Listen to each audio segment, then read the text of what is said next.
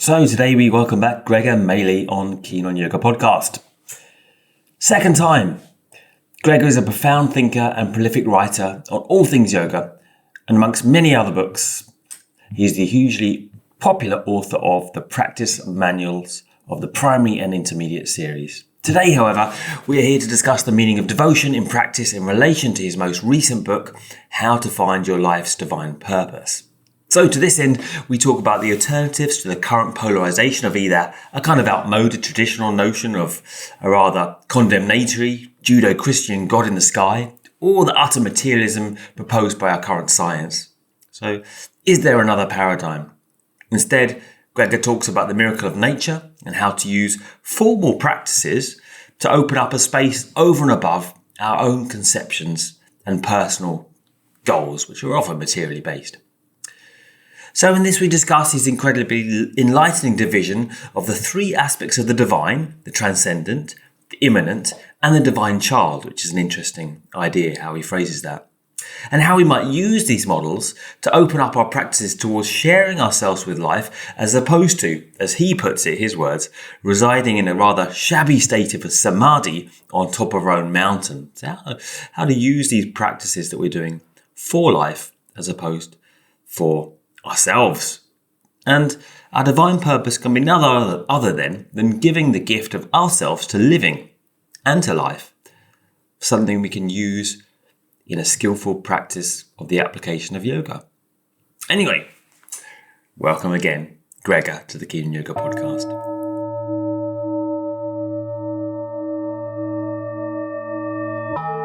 So welcome, Gregor Maehle, to Keen on Yoga Chats. Thanks for having me, Adam. It's a great pleasure. Yeah, it's lovely to see you again.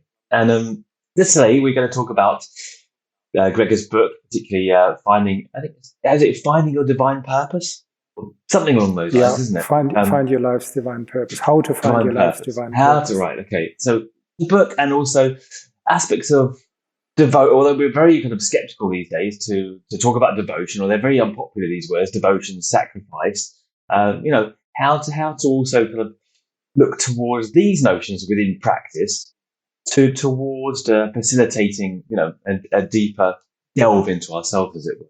So, they're definitely there. There's a lot of bhakti involved in the yoga tradition, but yet how does that relate to the practice that we're doing? And how also, I'd be interested to know your notions, Gregor, as to how bhakti might relate to even modern postural yoga, how if you can find any kind of linkage there.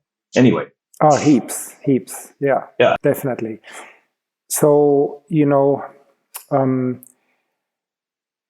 the most important aspect of bhakti is what are you devoted to? Yeah. Of course, if we ask somebody to devote themselves to a concept of the divine, which even if they make best efforts, ultimately it alienates them. Yeah. And for me personally, any aspect of the divine that is anthropomorphic, that is having human characteristics, I find totally alienating. I can't commit to that. And that is simply because I think for let's just say, for somebody who has a slightly intellectual, psychological, philosophical connotation, orientation, it's absolutely clear that an anthropomorphic divine, one that has human characteristics, is nothing but an extrapolation of a human psyche into the sky.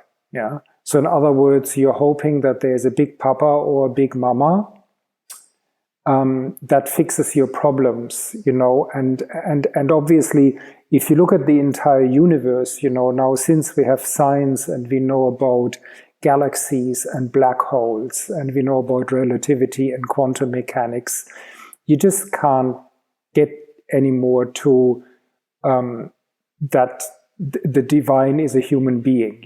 That's just, there is an offensiveness in it, and the offensiveness comes from speciesism. Yes, speciesism, yeah. And so speciesism. And so speciesism is the belief that our species somehow is better, superior. Like, why wouldn't it be a deer or a microbe, like, or a whale? Why would it be a human being? And, if we don't manage to blow it's up... It's ironic as well. Yeah, and if we don't manage to blow up this planet and hopefully life continues on, there will be more advanced species than us. Why wouldn't it be one of them who is the divine? Why a human being? It's so obviously a minute point in the history of life. It can't be a human being. It's funny, because actually Krishna says in the Gita, doesn't he? Well, it's easy to worship me with form. He says, you can work. I can't remember the chapter exactly, but he said, well, those can worship without form. But it's actually easier with name and form to grasp my essence, right? I mean, and definitely if we look at the main text that we often refer to when we're talking about bhakti and we're talking about the Gita, and in there's definitely as we were talking before we started, an anthropomorphized, albeit in an exotic form, with Krishna there as the charioteer this time, we're encouraged, and Arjuna is very much encouraged to have a personal relationship with this individual. And I think that's totally fine if we do that, but we need to know that anthropomorphic representation of the divine is nothing but an icon, a placeholder. Yeah. So let's say if you have an icon in your applications folder, on your computer, and you sort of go get info, you see that the icon is maybe, let's say, 35 kilobyte. It's nothing. Whereas the application that you open may have 2 gigabyte. Yeah. So there is a difference between the icon that you click on and the application that opens. And the application is to the magnitude of 1 million bigger than the icon. The icon doesn't actually do anything. Yeah. So similarly, to choose a representation of the divine just means an icon that I click on to access the divine. I must know that that is not the divine. Because if I don't know that, then automatically who doesn't worship exactly the same icon, in my eyes, will be a pagan or an infidel. Yeah? Yeah? So, because we live now in a global village, if I practice a form of devotion, bhakti, it must automatically allow me to develop a curiosity to which forms of worship of other people. Yeah. And so this is given if I realize that we all worship the same divine, we just access it through different icons. Yeah. So I also use anthropomorphic representations of the divine, but I always tell myself, remember, this is not the true divine. It's just, for me, an access gate, And even the teaching, it was often said, take the guru, the teacher, as a representative of the divine as well. Right? I mean, how does it look? I mean, just speeding on, how does that look in terms of practice, in terms of relating one's own physical practice even to some aspect of devotion running through it?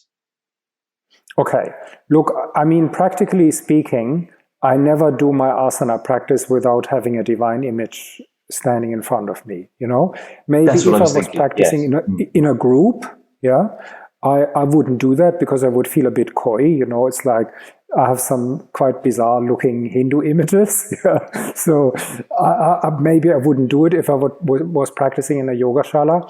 But apart from that, I always have them in front of me, and it always reminds me the reason why I'm doing my practice is because I want to surrender to the divine, offer myself as a conduit, as a canal to the divine, for the divine. That's why I'm doing my practice. I find it particularly important when I do pranayama and meditation practice, but also in my asana practice I have it always there. When I do breath retentions, I will always actually do trataka on the divine image. Yeah, and that sort of, since I do that, I stay in a sattvic state. Yeah, so I never go into this dull tamasic state in my kumbhakas, since I do actually trataka on a divine image. Nevertheless, I always tell myself, this is just a placeholder, what I'm looking at. This is not the true divine. I just use that because of it's too difficult for me to keep sight of what the divine really is. How does that relate to devotion in terms of bhakti or this idea of love? I mean, because it's easy to sidestep the whole issue and say, well, when Krishna says devote to me, focus on me, we can call that one-pointed attention, can't we? We can call that ekagrata and kind of sidestep the whole issue of giving ourselves away and the kind of, and the kind of aspects of devotion that we maybe are uncomfortable with through Western theology and past history, right? I mean, does it just mean concentration when we're saying devotion, or are we talking about something else that's coming from? Yes. So I think that there is a very, very important surrender aspect. Like, for example, when we look at the Yoga Sutra, Ishvara Pranidhana, that is surrendering to the divine. Yeah. But what it means really is that at some point in my meditation, I'm actually trying to figure out what it is that the divine wants me to do. Yeah. For example, in the Gita, it's quite obvious that Krishna wants Arjuna to fight, to restore dharma in the world, that is righteousness, right action, because he's in a situation where, let's say, dark forces are trying to take over the world. So he needs to step up and stand up for dharma. That is right action. Yeah. So that's a typical scenario in what the divine would want us to do. Yeah. But for each individual, see, the way how I see it, and I've written that in my book about the Monte Carlo generator, each individual, each being is, let's say, a permutation, a path of the divine. Yeah. So the reason why each individual being is here, and that is from the greatest genius to the most insignificant a protozoa, like a single cell organism, yeah, microbe. I mean, each one is representing an aspect of the divine, yeah, and so the more conscious or expanded a being becomes, the more you can tune in and co-create with the divine, that aspect of the divine that you are here to express. Yeah. So for me, I mean, I'm practicing that for a while now. I'm practicing yoga sort of almost half a century now. What would you have me do becomes more and more important. Like, I have a formal practice early in the morning where I start, okay, I dedicate this day to you. Yeah. What do you actually want me to do? And, while this sounds funny, it makes the day so much more thrilling. Yeah. There is a passage in the Srimad Bhagavatam, the Bhagavata Purana, where Krishna says, there is no greater thrill for me to see the devotee realizing me. I cannot but rush to that point to embrace the devotee. So the thing is, the most interesting aspect, or a very interesting aspect of the divine, is that it is cosmic intelligence. Yeah. So the way how I look at the divine, I don't want to emphasize that too much, but you could imagine that it would be a super intelligent software onto which the entire universe is written. Yeah. And it uses the sum total of parallel universes as its hardware all matter. It uses all matter as its hardware. Now, it doesn't work. This metaphor goes only up to a particular point, because the divine is also self-aware and self-conscious. Yeah, and it is capable of imparting instruction. Yeah, so, when you see people who are really inspired, like, for example, the Gita, or when you look at the Bible, or when you look at people like Albert Einstein or Nelson Mandela or, Mozart, you realize that there was a moment in their life when they just opened themselves to something much, much greater than themselves, and where this power came down. That's the point that I'm interested in, And so you can sort of realize when you really open yourself, you sort of feel that your hair starts to stand. Yeah, there is sort of a certain electricity. I was going to say, how do you frame it? The opening. I mean, when you say open yourself, and the rest of the day to kind of be a conduit and receive. I mean, how does that actually happen, right? Getting out of the way, as it were. You mean how does one get there? Yeah, like what does that feel like? Yeah, well, okay, so how it feels is there is a moment of, I would call it being in the zone. Yeah, and it's often described as being in the zone is a terminology used by often musicians or sports people. Yeah, and I have a friend who used to be an American football player. Yeah, and he had this moment when his team was way back and way down, and then suddenly he realized that something was entering him, and he could see into the future. He knew where the ball would be, and he ran, and he basically scored one goal after another. And after the game, and won the game for his team. And after the game, the big teams were lining up and trying to contract him, but he couldn't play anymore because he was so shocked by that experience. Yeah, he was a materialistic person up to that, but in that moment he realized that God had used him to play American football. Yeah, and he was like, how can that be? Yeah, and so he went then on a lifelong spiritual search, and eventually wound up as a Sufi sheikh. Yeah. And so, that sort of really knocked him out of his career. He was this big, bulky American guy, and now he is like devotional Sufi chanting and etc. So I think it's also nice to reiterate the point that the point is not the action itself; it's the attitude towards the action, right? So the American football, doesn't really matter inherently necessarily as it, in terms of a purposeful thing in life, but it's his relation to God within whatever he's doing, which I think kind of iterates the dharmic aspect of the Gita. It doesn't really matter what your dharma is, even if it's, as Arjuna's is to kill people. The point is that relation with God through whatever you're doing, whatever action it is that you're engaged in, whatever you find yourself doing. Yeah. And that's one thing that is really important. So what I'm talking about is essentially swadharma, that is your own dharma. Yeah.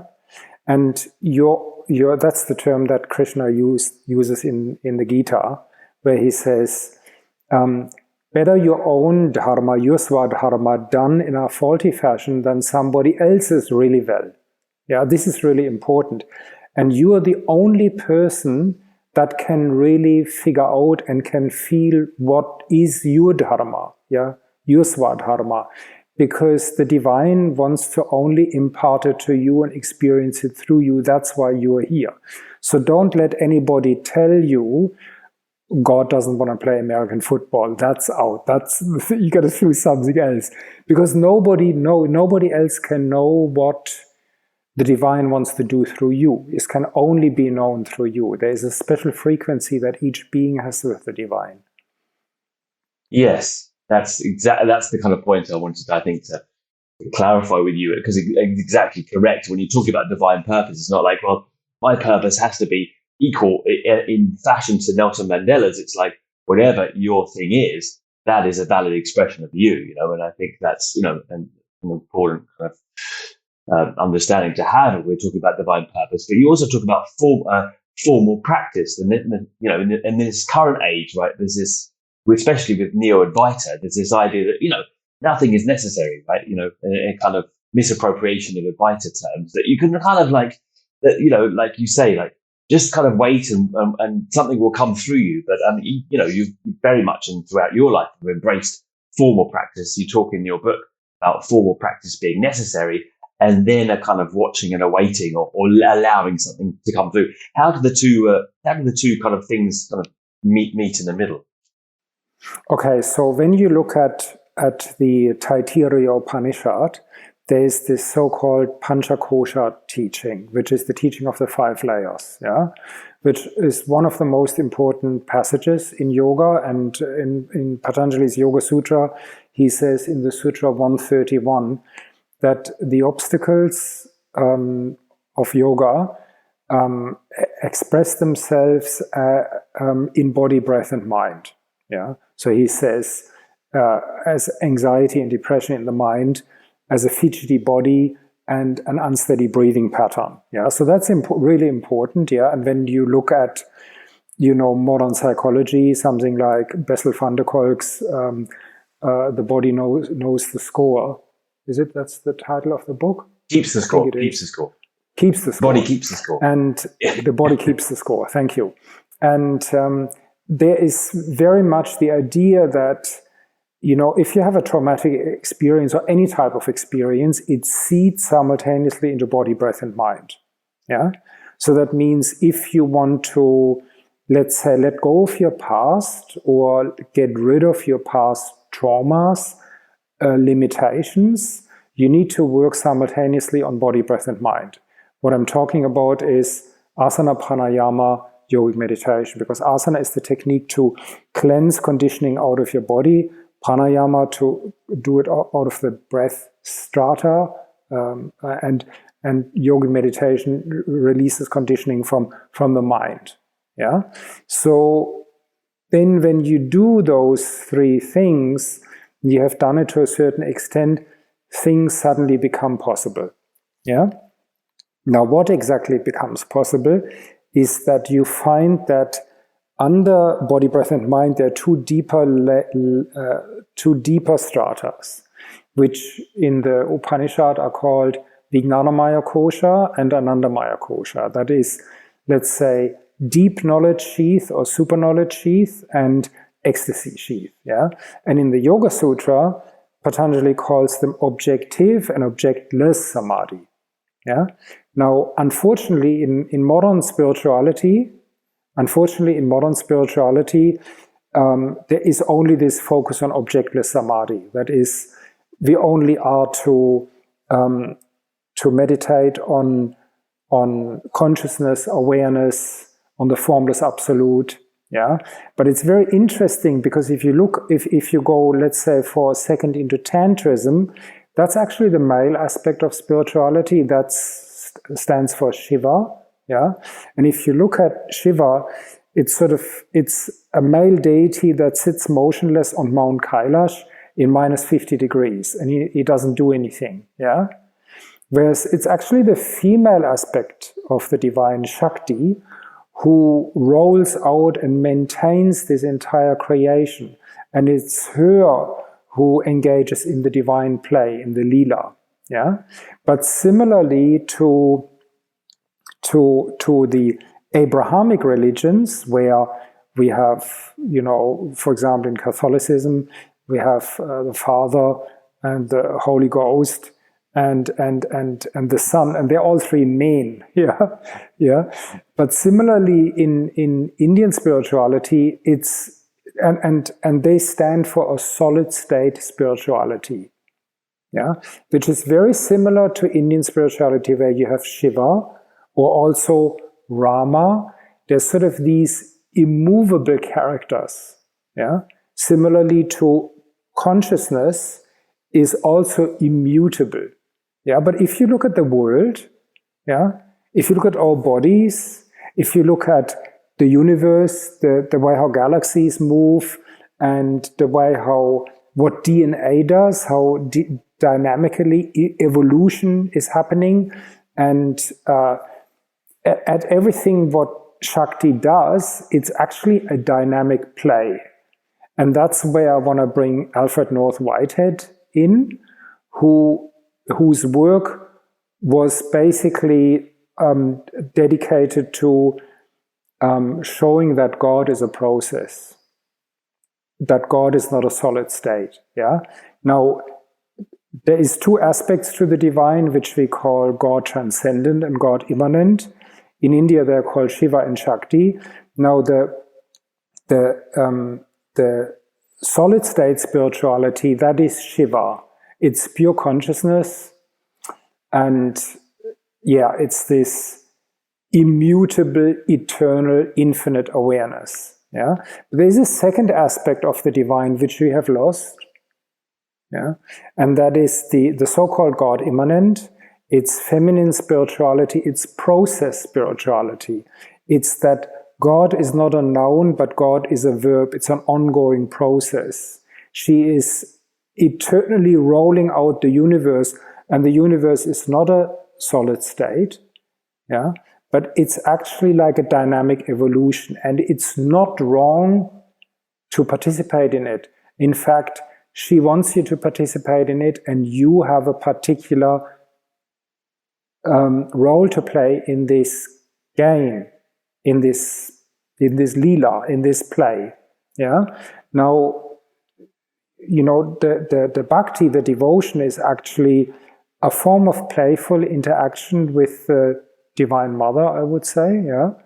To actually find out what does she want you to do. What is your role in the play? Yeah.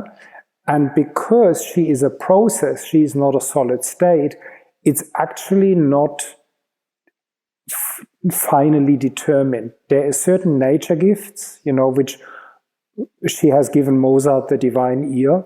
Yeah. She has given Martin Luther King the ability to be an eloquent speaker, but everybody has a different gift. Yeah. So the question is, can you actually take that gift and turn it into something? Yeah.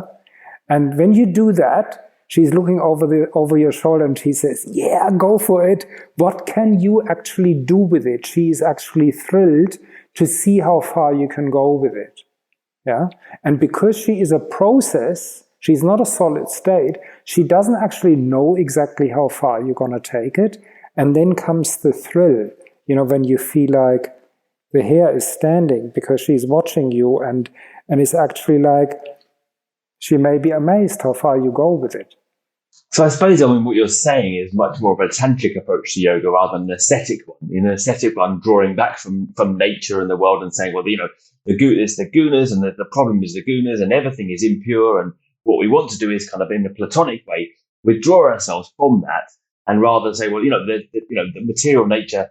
And very much in your book, you talk very eloquently about science and homeostasis and scientific processes being very much a kind of interplay of divine purpose and relation. I mean, this current idea of materialism as well creeping in, that everything is random. And I think you speak very well in saying how, you know, how can it be random if there's, you know, 0.111 degree of change in the temperature, then you wouldn't have these beings, right? You know, that everything has a very, very developed and subtle consciousness behind it, right? But on the other hand, I mean, I think we can easily take this as a kind of injunction just to go back into the world and just you know, just it's a slippery slope of how to keep ourselves, you know, in a reflective state, as well as interacting with the divine play. Because, you know, I was doing very nicely divine play in my 20s, you know, like drinking and partying and, you know, and interacting with the world. And how does that differ? How does that differ from the kind of divine play that you're talking about, right? Where we're interacting with nature in a kind of different manner. Yes, and so I admit that it's not easy. Yeah, so it's not like you just follow the whims of your mind. That's the trap, you know. So, it's certainly, you need to differentiate between fulfilling the will of the divine, which is, there is, you can say it's the voice of the heart. Yeah, what is the voice of the divine? It's the voice of the heart. You can say it's the voice of stillness because there is no ego within it. Yeah, and obviously, there is a being in the zone like character quality attached to it, and there is a quality attached to it in which there is absence of internal dialogue. Yeah, so there is not this voice saying, "Am I really doing it? Maybe I shouldn't be doing it. Maybe I should be doing something else." Yeah. On the other hand, and so because the question is that one needs to ask oneself is, am I doing my swadharma or am I doing somebody else? And that's the $1,000,000 question, that's really isn't important. it? Yeah. Yes. And then the other thing is, it must be in alignment with universal dharma. Yeah. So it must be constructive. That's what I'm saying, because what the Divine Mother does is obviously constructive. For example, you can see that as soon as life started on the planet, biodiversity grew. So it can't be something in which we are destructive towards life in general. Yes, so there's some kind of relation to looking to the outside as well. It's not just simply a look within. It's relating one inner process to some outer process, right? But also constructive is a kind of ambiguous term because many people can see constructive in different ways, right? Like, how do you know whether what you're doing is furthering the life force or somehow diminishing it, even if because you may feel like you're furthering. I'm sure that certain people drilling for oil in the Middle East feel that they're furthering the force of life in the world, right? It's but I can see that there's some kind of relation between one's inner process to the outer one, which is again not immediately yogic, right? I mean, it's the precedent is generally withdraw or neti, kind of step back and push away the outer world as false, as untrue. Yes, I have come to the conclusion that there's a term, it's called sky religion, and it's opposed to the term earth-based spirituality. Yeah, and in sky religion, the goal of spirituality is either put into heaven, where it's ruled by a male god, or even further away into nirvana or emptiness and nothingness. Yeah, and when you look at historically how these religions developed, they developed as a tool of coercion and domination, with an attempt to destroy earth-based spirituality, indigenous spirituality, and often spirituality in which matter, the body, and the female, played a large role. Yeah, and so suddenly we have a spirituality in which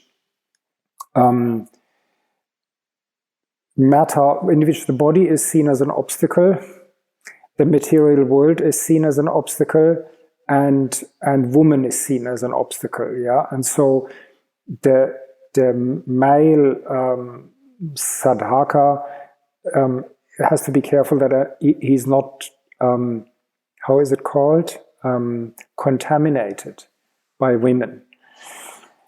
This whole there is, of course, a very powerful political agenda behind it, which sort of like comes together with patriarchalic society, stratification of society, and development of standing armies, development of agriculture, etc. Yeah. So I would question all of that. I would think that all of this so-called ascetic sky spirituality has actually ultimately motives which come from domination, coercion, political rule, really. I mean, I think it's because spirituality is here right now. There is no dichotomy between, look, matter is crystallized spirit. That's what I want to say. There is no unspiritual matter. All matter is divine. Every spot on the surface of this planet is a sacred site. Yeah. And the divine is in every being. There is no dichotomy between those two things. I know in the last few thousand years they try to explain to us that spirituality is one thing and material life is another. They're both the same. Yeah. I mean, I think that, as again, before we were talking, we have currently find ourselves within the two polarities of either having God in the sky and utter subservience to a higher power and worship out there, as we knew in our old faiths, or now rampant materialism where nothing means anything, and it's all a completely random occurrence out of a big bang, right? And and consciousness doesn't mean anything; it just happened out of a bunch of chemicals coming together, And I mean, I think what you're doing is somehow trying to kind of make a bridge between the two things, right? So you don't need to worship someone in the sky with a beard, but nevertheless, there's something, some kind of telos, there's some kind of design in what we're living now, right? And, but how does that again? Yes, and look in many ways, the sort of spirituality that I'm suggesting is very similar to indigenous earth-based spirituality. Yeah. In indigenous spirituality, the divine is not somewhere else. It is here. Yeah. And there is, and you cannot come close to the divine without acting in a, let's say, in a sacred way. Yeah. So as an indigenous person, you are almost automatically, let's just say a sacred warrior. Yeah.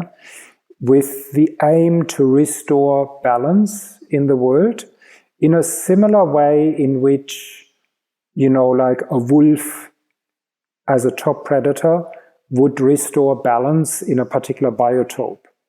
Yeah. And the way how life plays out, that is the divine. There is no dichotomy between the two. You don't need to go to heaven or into nirvana to seek the divine there. The divine is here right now, yeah?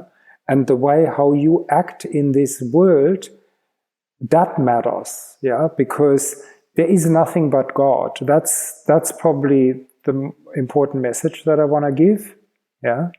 That there is nothing but God. So everything that you see in front of you, this computer screen, all matter, there is no atom that is not God, The entire material universe is the crystallized body of God. So when you step on the floor, you're stepping on God. When you're breathing air, you're breathing the divine.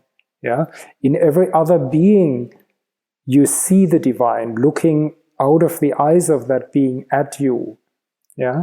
So in some ways, and that's why it's so hard to understand Alfred North Whitehead, is because he had to, in order to explain process, that the divine is a process, he had to redefine all words that he's using, because it's very strange the way how we have this idea of spirituality today. It's really, really strange.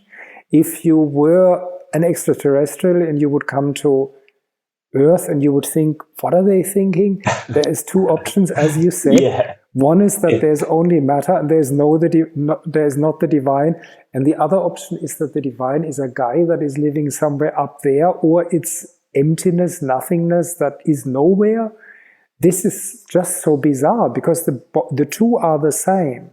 Yeah, that means matter is the crystallized strata of pure consciousness. Yeah.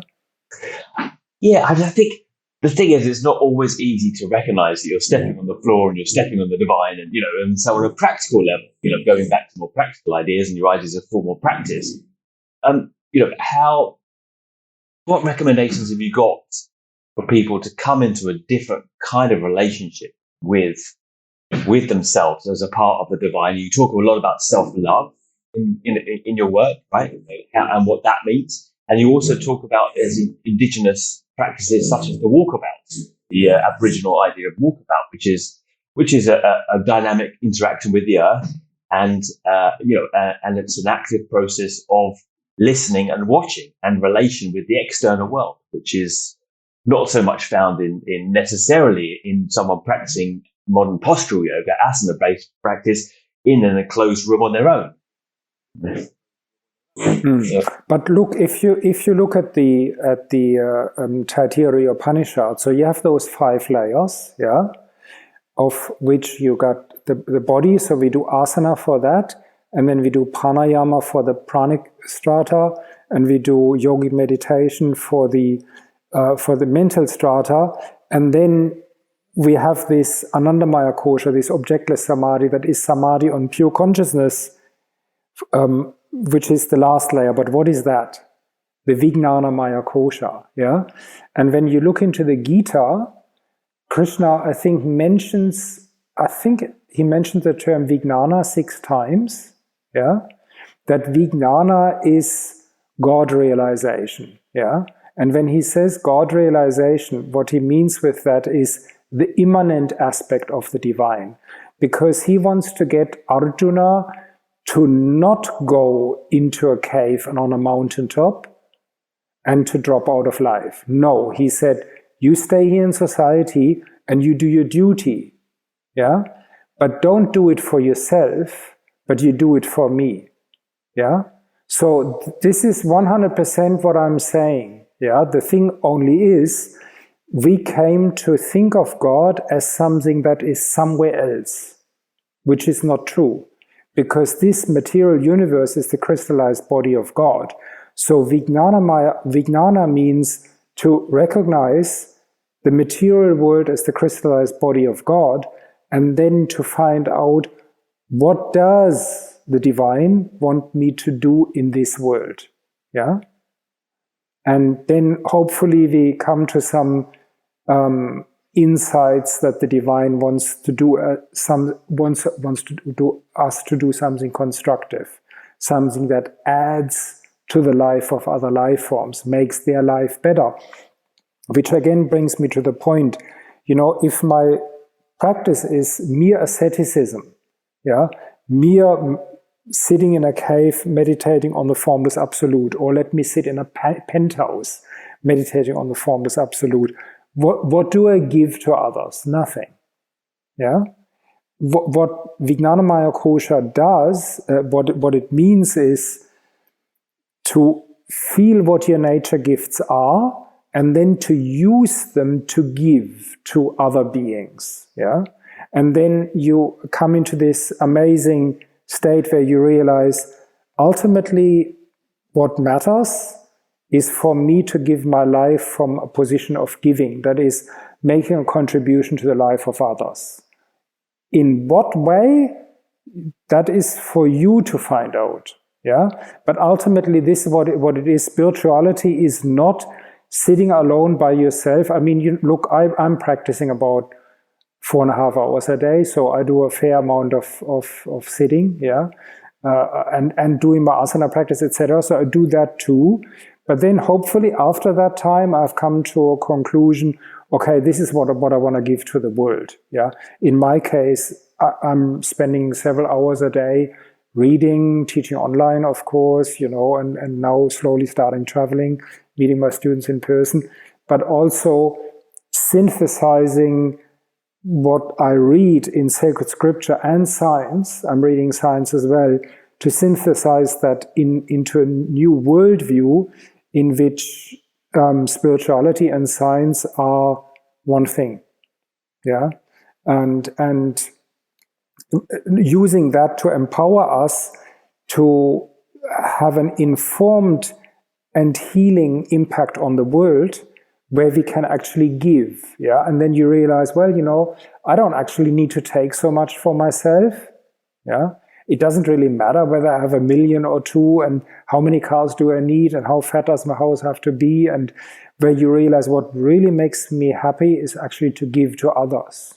Yeah, to make a contribution. And I think this is also when you finally breathe your last breath. I think what stays is what you have given to others, not what you have taken or what you have received, but what stays, what matters in that moment is what you have actually given to others. That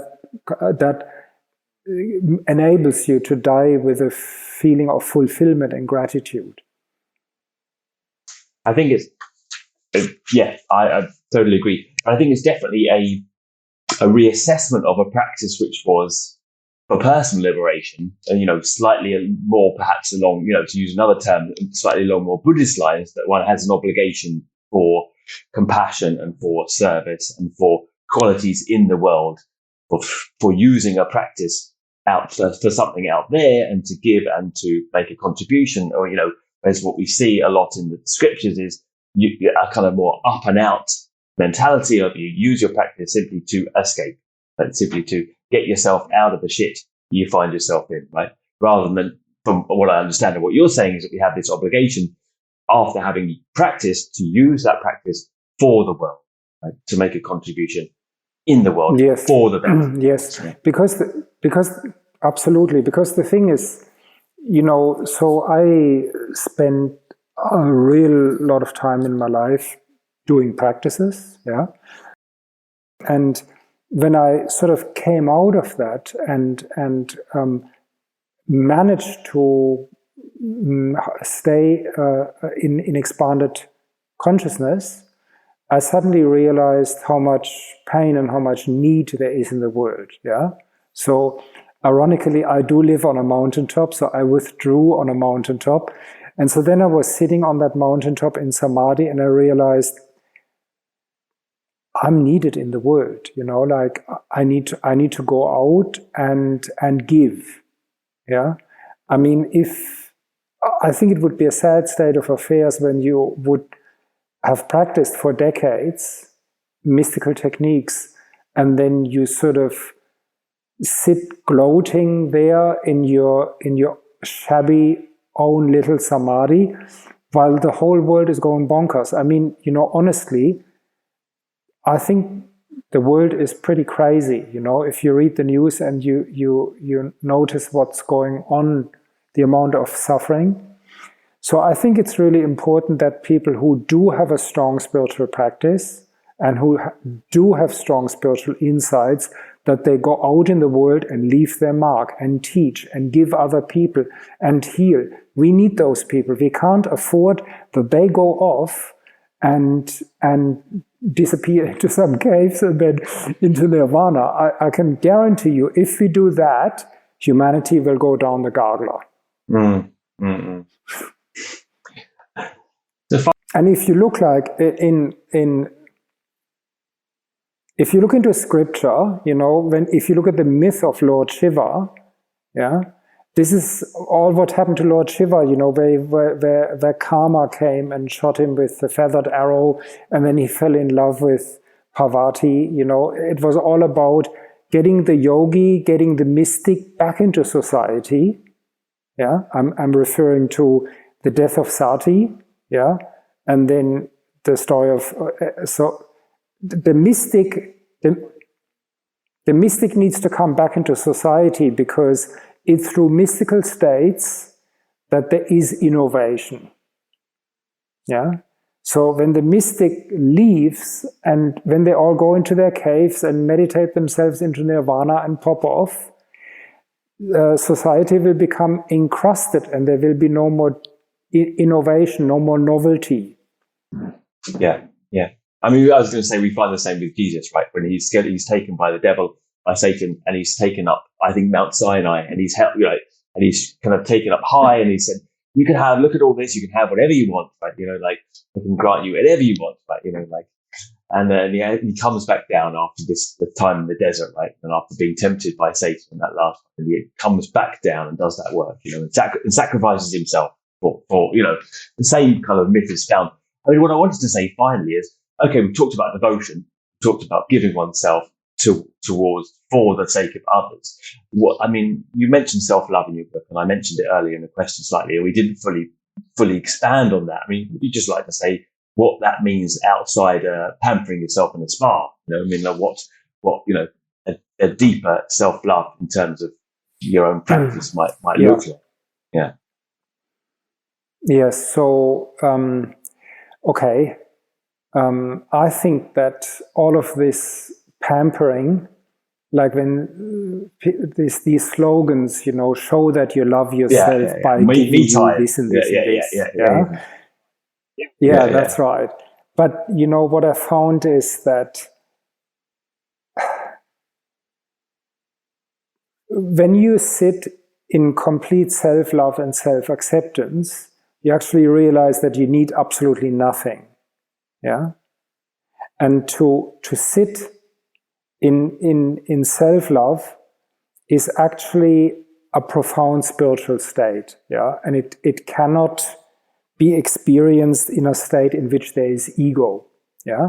I actually believe that it is lack of self-love that gets us to act competitive and egoistically, and gets us to say, I want to have more for myself because I don't love myself. Yeah. So it's the other way around. It's not, you can't prove yourself that you love yourself by giving yourself diamonds, gold, real estate, whatever. No. That's not how it works. In fact, when you allow, it's a heart state. Yeah.